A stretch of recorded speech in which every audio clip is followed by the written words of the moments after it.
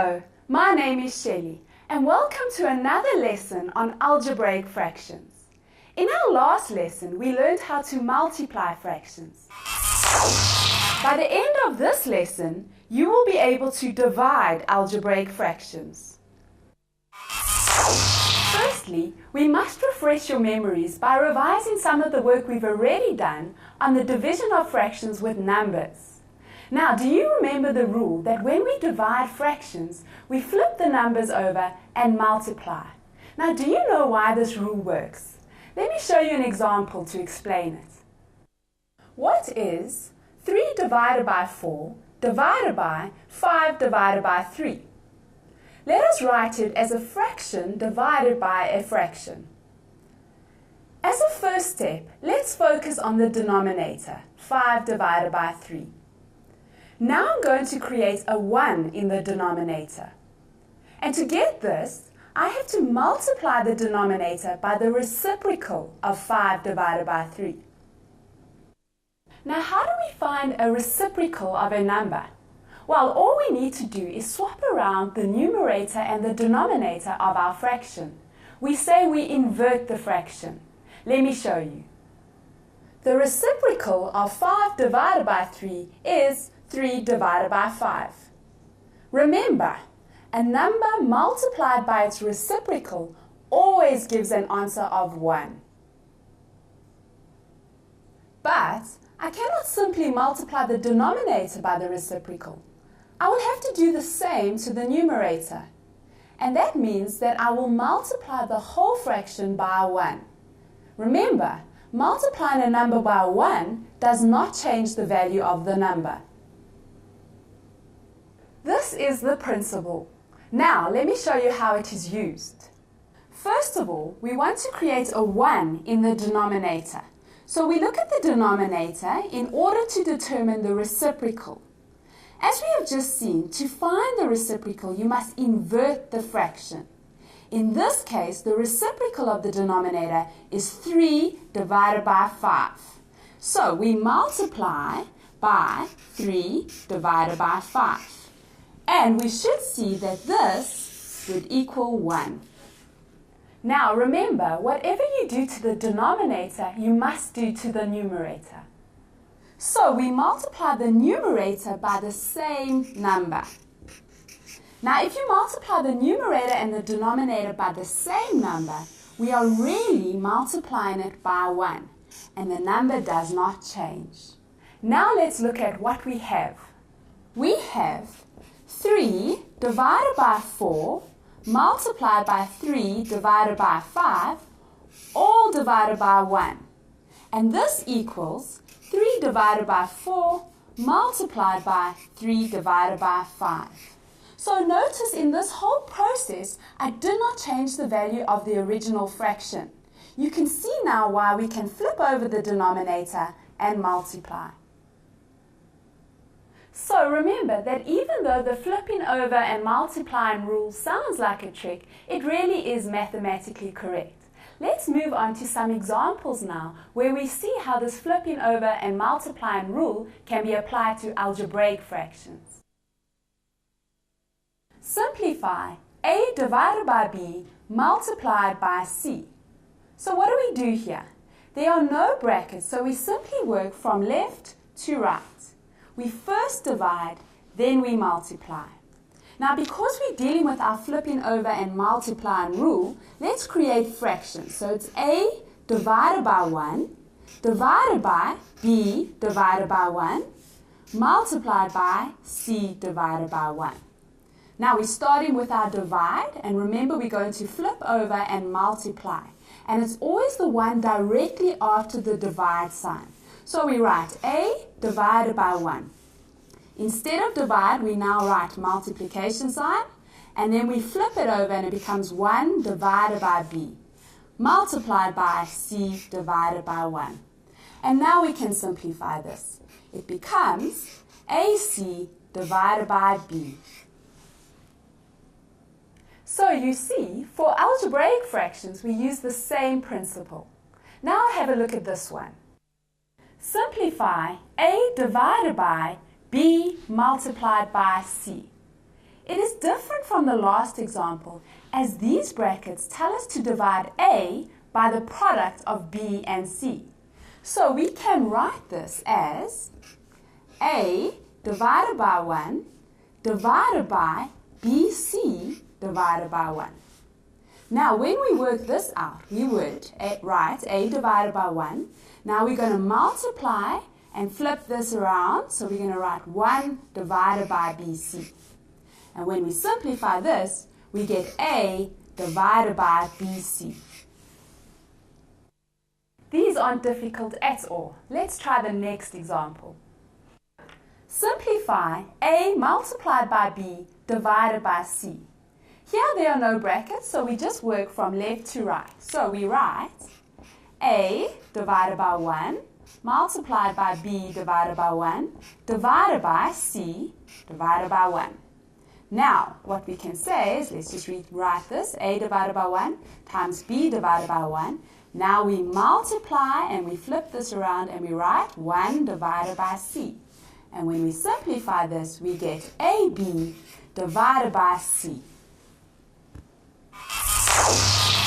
We have learnt about the flipping over and multiplying rule when it comes to dividing fractions, and we've also learned in previous lessons how to factorize and cancel factors.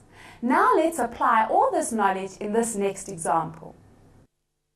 Simplify 3n cubed divided by m squared divided by 6m cubed divided by n squared, all multiplied by 18m to the power of 4 divided by n cubed.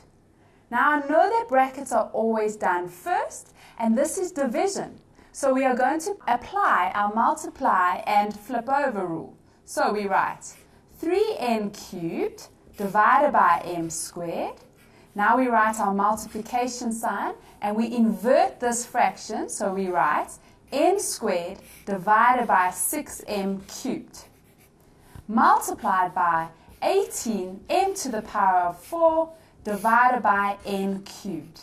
And as you should notice, this is a simple multiplication sum where we cancel our factors, and you know how to do that. Now I'm going to move on to the next example.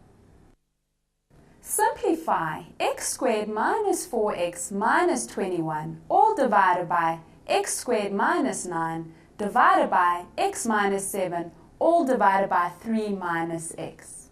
Now, what is the first thing we do here? Well, here is our division sign. So let's begin with this rule. I'll flip over and multiply. So we write x squared minus 4x minus 21, all divided by x squared minus 9. Now we write multiplication sign and we flip this over, so we write 3 minus x divided by x minus 7. Now let's see what else we can do in order to simplify this further. Look at this numerator here. Do you recognize what this is? Yes, it's a trinomial. It is a quadratic trinomial because the highest power has an x squared in it. We know how to factorize this, so let's factorize it on a new piece of paper. Here is our trinomial. Now remember, to factorize it, we write down our two brackets. Now what we are looking for is two numbers that multiply together to give us minus 21 and would add up to give us minus 4. Let's think of some of the factors. We'll start off with a minus 7 multiplied by a 3, because that gives us minus 21. We could have also said minus 3 multiplied by 7, because that also gives us minus 21. But let's check to see if they add up to give us minus 4.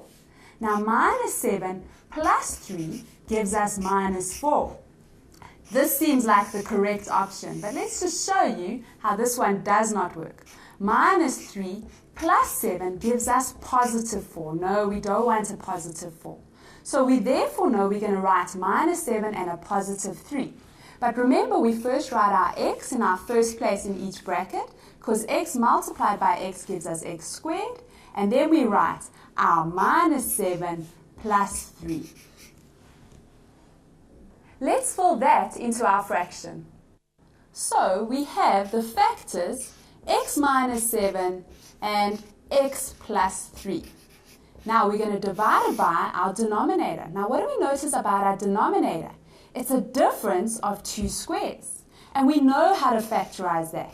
We put down our 2 brackets, and remember we're going to have a plus sign in the one bracket, a minus sign in the other bracket.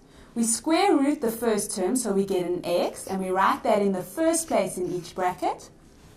And then the square root of 9 is 3, and that goes in the second place in each bracket. And now we multiply it by 3 minus x, all divided by x minus 7. Now what else can we do? Well, this fraction is in its simplest form, but I can put brackets around the terms in this fraction in order to create factors instead of terms. And this will help me to remember not to cancel the terms. And now we are ready to cancel our factors. Notice the x minus 7 cancels with this x minus 7. X plus 3 cancels with this x plus 3. And we are left with 3 minus x divided by x minus 3. These do not cancel out because 3 minus x is not the same as x minus 3. What can we do about this? Well, we know that we can change the sign. So we can take out the minus 1 from the bracket in the numerator. And this really means that we are multiplying it by minus 1 twice. So we write minus 1 multiplied by x minus 3. And that is all divided by x minus 3. And now notice we have our common factors which can cancel out. And we are not left with a 0, but instead we are left with our minus 1. So we've had some good practice at simplifying fractions. Now try this one on your own. Simplify p squared plus 5p plus 6, all divided by 3p plus 9, divided by 4 minus p squared, all divided by 4 minus 2p. That's all for this lesson. We have learned how to divide fractions. Remember, division is the inverse operation of multiplication. So instead of dividing, we multiply by the reciprocal.